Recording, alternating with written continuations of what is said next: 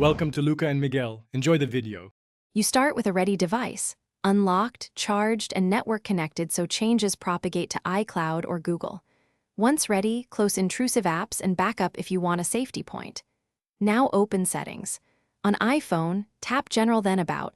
On many Android phones, tap About Phone or Device Name.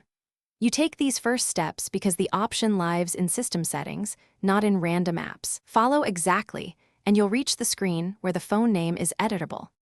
You now perform the editable action.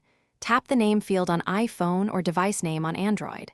Type a clear name, use letters and numbers. Avoid emojis because some services don't interpret them.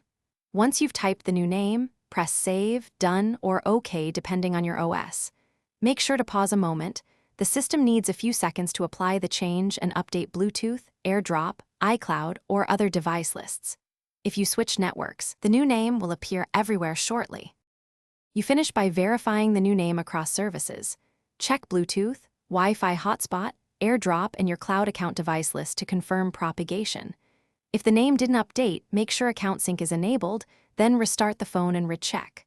Once done, toggle Bluetooth off and back on and repair devices if they still show the old name. This forces a refresh.